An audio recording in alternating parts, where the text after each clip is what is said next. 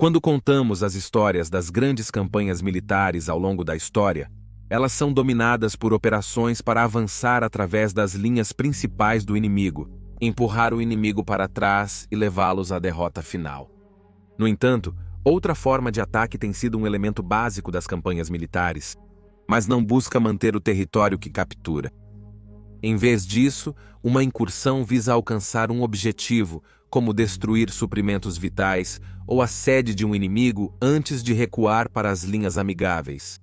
Uma força de incursão muitas vezes tem que ser agressiva, bem equipada e capaz de se defender, pois muitas vezes eles não têm apoio de outras unidades e, acima de tudo, eles devem ser móveis para alcançar seu objetivo e depois escapar. É sem dúvida uma empreitada terrivelmente arriscada, e como resultado, existem muitos que terminam em tragédia e desastre. No episódio de hoje, vamos olhar para 3 das invasões da Segunda Guerra Mundial, que por uma variedade de razões, deram terrivelmente errado. Bem-vindo ao Guerras do Mundo.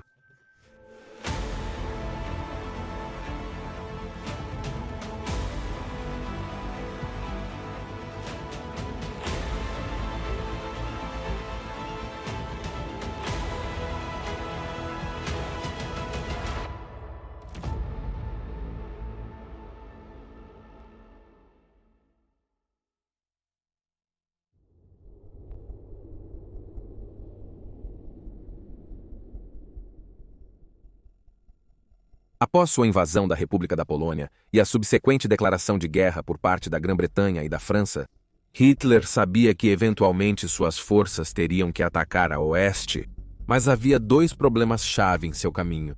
O primeiro era a grande linha defensiva francesa de Maginot, uma série de fortificações e obstáculos que os franceses esperavam que contivessem o exército alemão em seu lado da fronteira compartilhada de 370 quilômetros de extensão.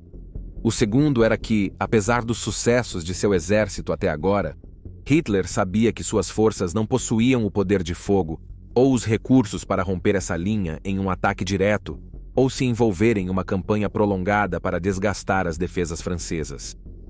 Hitler, portanto, decidiu que se ele não pudesse passar pela linha Maginot, ele simplesmente teria que contorná-la, e isso significava invadir a Reino da Bélgica, a Países Baixos e Luxemburgo, que se declararam neutros. Ao contrário das potências militares da Grã-Bretanha e da França, Hitler esperava varrer rapidamente esses países, permitindo que suas tropas contornassem a linha Maginot e invadissem a França, tomando objetivos-chave e estrangulando as linhas de abastecimento, levando à rendição do exército francês. Isso também lhe daria aeródromos para atacar a Grã-Bretanha. No entanto, Hitler também foi lembrado de que o Kaiser havia adotado uma tática semelhante na Primeira Guerra Mundial, e isso terminou com a frente ocidental atolada em uma guerra de trincheiras quase completamente estática. Ele sabia que precisava agir rápido e decisivo, ou arriscava atrair mais forças contra si, forçando a Alemanha a entrar em uma guerra de atrito que ela não poderia vencer.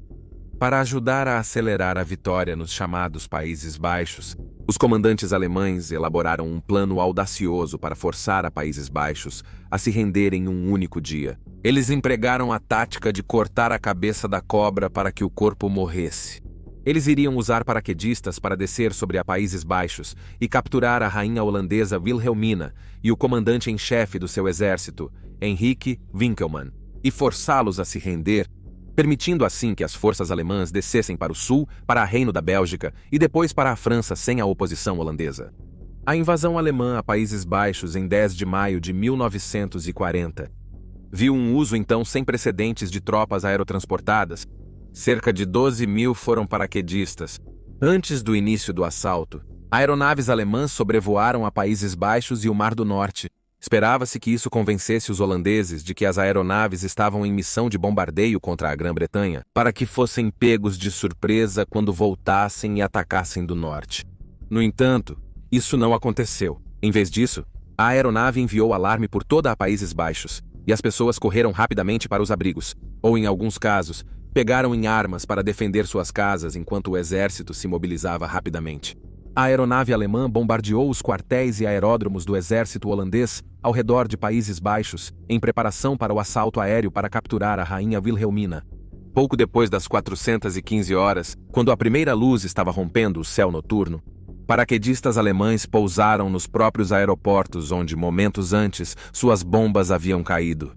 No entanto, eles ainda encontraram uma resistência holandesa extremamente pesada desde o momento em que pousaram.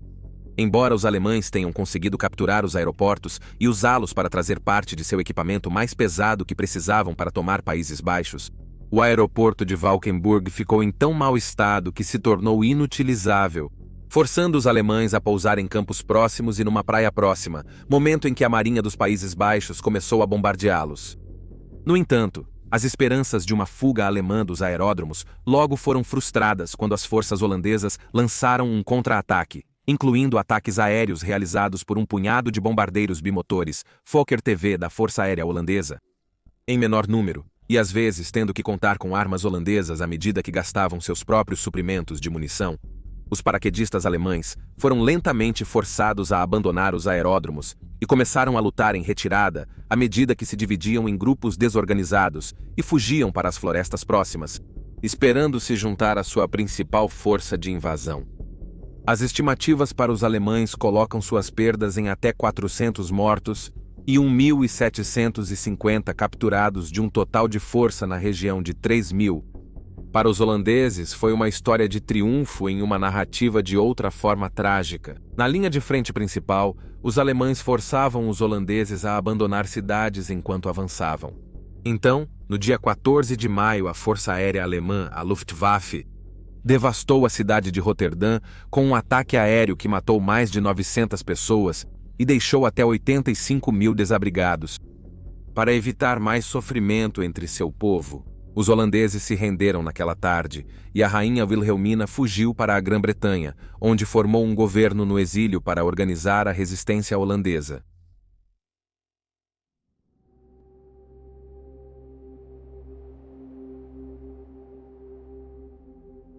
A narrativa comum da Batalha da Grã-Bretanha é de bravos pilotos de caça da RAF correndo para suas aeronaves para combates aéreos, com a superioridade numérica da Luftwaffe alemã, empenhada em destruir seus aeródromos, e mais tarde, suas cidades, de cima. No entanto, essa não é toda a história da RAF durante esta batalha crucial. Na verdade, enquanto o comando de caça se envolvia com aeronaves alemãs sobre o sudeste da Inglaterra, o comando de bombardeiros da RAF estava atacando, levando a luta para as próprias bases dos alemães.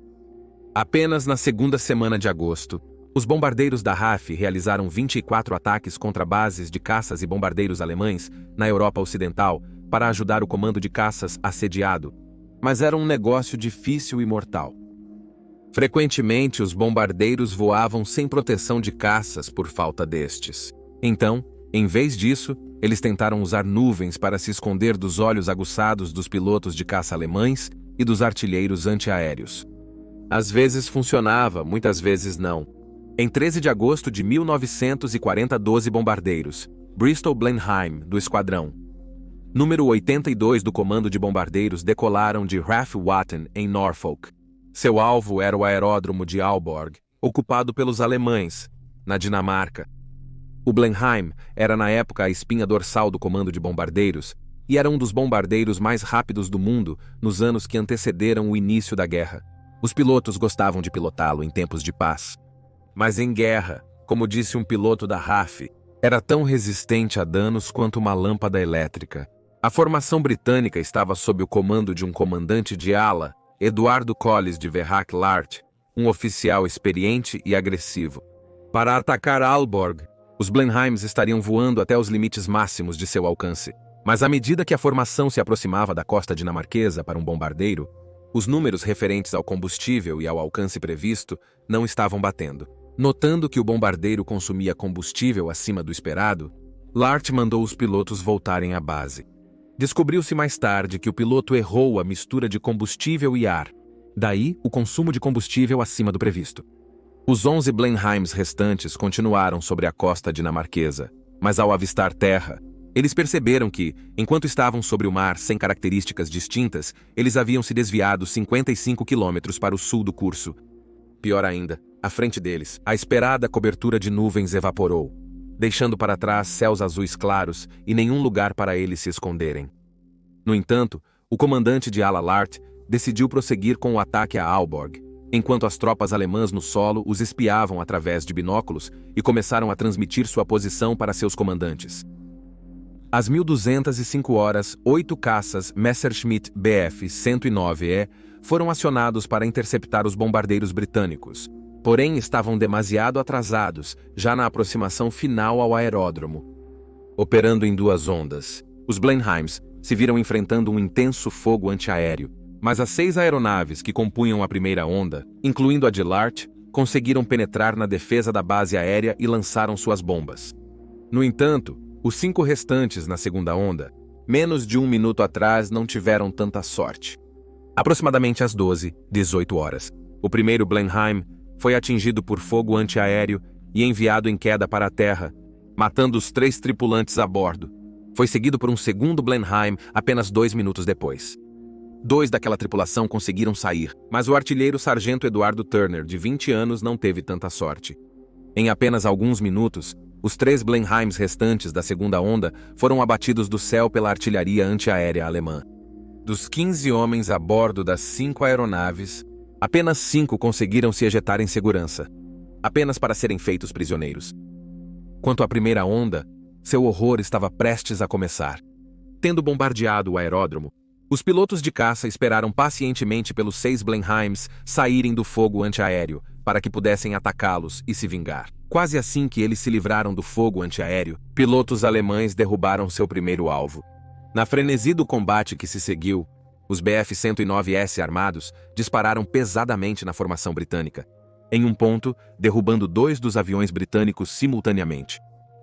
Dentro de 15 minutos após a primeira aeronave cair para a flak, a força de 11 bombardeiros havia sido dizimada para apenas 2 sobreviventes, incluindo a aeronave de Lart. Os pilotos de caça alemães, com pouca munição, fizeram um último ataque, enviando a aeronave do comandante da ala em chamas para o chão, reivindicando as vidas de todos que estavam a bordo e deixando o último Blenheim para escapar para a costa, deixando um rastro de fumaça.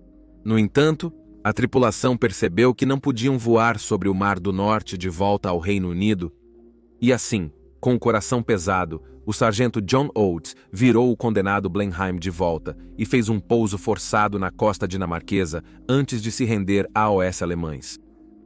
Com isso, toda a força ofensiva havia sido perdida. Apenas 13 dos 33 aviadores que atacaram Aalborg sobreviveram para serem feitos prisioneiros. Mas para alguns, essa não foi o fim de suas histórias de guerra.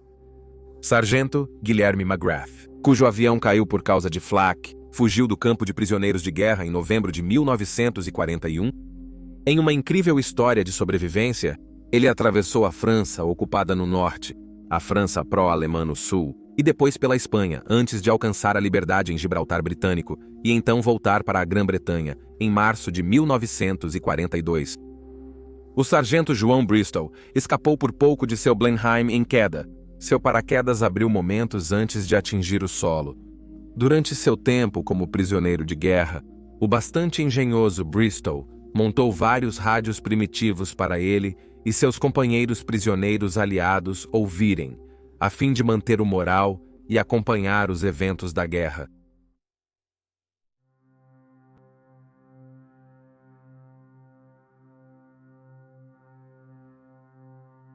Provavelmente havia apenas um homem em 1941 que os britânicos queriam matar mais do que Hitler, e esse era o marechal de campo Erwin Rommel, conhecido universalmente como a Raposa do Deserto. A campanha do norte da África começou com Benito Mussolini da Itália, procurando aproveitar o iminente colapso da Grã-Bretanha ao lançar uma invasão à República Árabe do Egito, que na época estava sob o domínio britânico. No entanto, apesar de suas forças às vezes possuírem uma vantagem numérica de 10-1, as tropas do Commonwealth britânico superaram totalmente o exército italiano e logo estavam na ofensiva para a República da Líbia controlada pelos italianos. Mussolini pediu ajuda a Hitler e assim o Führer criou o Afrika Korps do exército alemão sob o comando de Rommel. A influência do Afrika Korps foi imediata. As tropas britânicas da Commonwealth logo se viram em retirada pela África do Norte com Rommel aparentemente imparável. Sendo o rosto de seu inimigo, um mito se desenvolveu entre as tropas da Commonwealth britânica em torno de Rommel de que ele era o tático supremo, e simplesmente não podia ser parado. Na realidade, historiadores modernos agora debatem se Rommel era tão grande líder quanto sua reputação sugere, com apoiadores de ambos os lados do argumento em feroz defesa de sua posição em relação à sua influência tática na frente norte-africana, pelo menos quando comparado com os outros fatores que inibiram o esforço de guerra dos aliados. A idolatria de Rommel pelas forças britânicas era uma séria causa de preocupação entre os comandantes, pois danificava seriamente o moral. Portanto, esforços foram feitos para localizar Rommel para que ele pudesse ser tirado de cena de uma forma ou de outra e provar que a raposa do deserto não era imparável. Esses esforços ganharam maior importância no final de 1941, quando o 8º Exército Britânico se preparou para uma grande contraofensiva contra os alemães e italianos sob a bandeira da Operação Cruzado. A operação tinha 2 grandes objetivos. O primeiro era derrotar as forças de tanques de Rommel, muito elogiadas na República da Líbia. Em seguida, poderiam progredir e quebrar o cerco à Líbia resistido pelas forças britânicas da Commonwealth desde abril. O primeiro-ministro Winston Churchill tinha grandes esperanças para o plano, mas as tropas estavam muito cientes de que uma operação anterior em junho, apelidada de Operação Battle Axe, não conseguiu alcançar seus objetivos. O comando britânico sabia que, para dar à operação a melhor chance de sucesso, teria que neutralizar Rommel. Ao fazer isso, eles não apenas perturbariam a cadeia de comando do eixo, seriamente inibindo sua capacidade de responder ao ataque britânico, mas finalmente esmagaria a crescente crença na invulnerabilidade da raposa do deserto. Assim, na véspera do cruzado, autorizaram uma operação separada, apelidada de Flipper, que visava matar Rommel em seu quartel-general em Sidi Rafah, em 10 de novembro de 1941. 59 homens, principalmente do comando escocês. Número 11. Se espremeram nos estreitos confins de 2 submarinos britânicos, HMS Torbay e HMS Talismã, no porto egípcio de Alexandria. Estavam sob o comando do duro coronel Robert Laycock, que havia formado uma unidade militar especial para este tipo de operação atrás das linhas inimigas, conhecida universalmente como a Lay Force. Seu segundo no comando era um agressivo tenente-coronel interino, Geoffrey Chaves, que aos 24 anos era o oficial mais jovem do exército britânico a ocupar tal posto. Ele também era filho do almirante Sir Roger Keyes, o primeiro diretor do Quartel-General de Operações Combinadas da Grã-Bretanha, que organizou incursões de comando por toda a Europa e norte da África.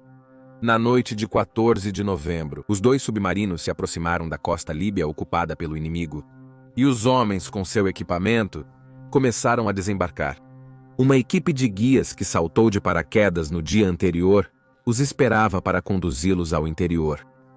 No entanto, a partir daqui, as coisas começaram a dar errado. A costa foi castigada por uma tempestade, e apesar de um esforço hercúleo das tripulações dos submarinos e dos comandos, apenas 36 homens do total da força conseguiram chegar à costa antes que os submarinos fossem forçados a voltar para o mar.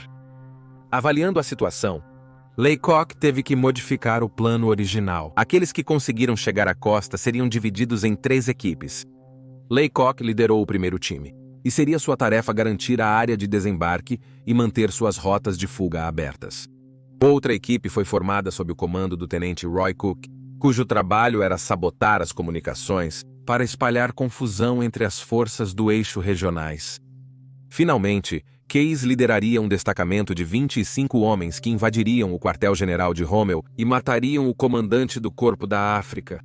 Em 15 de novembro de 1941, os homens partiram para uma exaustiva caminhada de 2 dias pelo deserto líbio até seu objetivo. Antes de finalmente, à meia-noite de 17 de novembro, Keyes estava pronto para agir.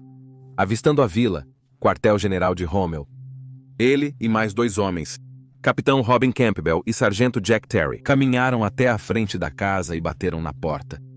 Campbell falou em alemão com o sentinela dentro, que abriu a porta e foi imediatamente invadido pelos soldados das Forças Especiais Britânicas. Contudo, o alemão resistiu ferozmente, obrigando Campbell a disparar. O barulho dos tiros alertou os ocupantes do prédio, que se apressaram para pegar armas contra o grupo de invasão britânico que agora estava invadindo a vila. As tropas britânicas começaram sua busca, e em segundos, Case invadiu uma sala onde se deparou com a visão de pelo menos 10 soldados alemães se armando. Um deles conseguiu carregar sua arma e mirou no jovem tenente-coronel, ferindo-o. Campbell e Terry lançaram granadas na sala antes de retirar Case, mas eles não podiam fazer nada por ele, e ele morreu nos terrenos da vila de Rommel. O tiroteio que se seguiu foi brutal, durante o qual Campbell, que agora estava no comando, foi atingido na perna e incapaz de andar. Percebendo que o jogo acabou, ele ordenou a Terry que reunisse o restante da equipe e fizesse sua fuga de volta para Laycock, deixando-o para ser pego. As tropas britânicas restantes desapareceram na noite, mas seu calvário estava longe de terminar. Reconectando-se com Laycock, os comandos tentaram embarcar no submarino HMS Torbay, mas o tempo estava tão ruim que isso se tornou impossível, forçando Laycock e seus homens a procurar abrigo em cavernas próximas, depois de serem avistados por um árabe hostil. No dia seguinte, com o tempo melhor, Laycock estava confiante que poderiam embarcar no submarino à noite. Ele ordenou que seus homens assumissem posições defensivas ao redor do ponto de encontro, uma instrução que se mostraria prudente quando logo começaram a avistar tropas alemãs e italianas se aproximando de sua posição. Por mais devastador que deva ter sido para os comandos britânicos, sabendo o quão perto estavam de serem resgatados, Laycock sabia que eles não poderiam resistir a uma força inimiga tão grande, e então ele deu ordens para que se dividissem em pequenos grupos e se espalhassem pelas colinas locais. O próprio Laycock se juntou ao sargento Terry, e os dois homens passariam realmente 41 dias punitivos evitando as tropas do eixo e procurando comida e água. Antes de finalmente encontrarem as forças britânicas no Natal, lá ele aprendeu a terrível verdade sobre o que a invasão tinha custado. Dos 36 homens que foram colocados em terra, ele e Terry foram os únicos que conseguiram voltar para as linhas britânicas. Os comandos restantes haviam todos sido capturados e 2 haviam sido mortos, incluindo Case. A tragédia final do ataque foi que, enquanto 3 coronéis alemães haviam sido mortos na vila, Rommel saiu ileso porque ele nem mesmo estava lá em primeiro lugar. Ele esteve em Roma para uma reunião dias atrás e deveria ter retornado de avião, mas o mau tempo atuou novamente, atrasando seus voos e poupando-o do drama que se desenrolou naquela noite em sua sede. Ao retornar, inspirado pela coragem de Case, ele comandou o sepultamento do oficial britânico com plenas honras militares, até fez seu próprio capelão realizar o ritual que foi fotografado, e as fotos enviadas de volta para sua família, com uma carta de respeito do homem que ele tentou tão bravamente matar. E aí você tem 3 invasões da Segunda Guerra Mundial que deram terrivelmente errado. Por favor, deixe um comentário abaixo com seus próprios pensamentos e reações, e lembre-se de curtir este vídeo e se inscrever para apoiar o canal. Obrigado por assistir e te vejo na próxima vez.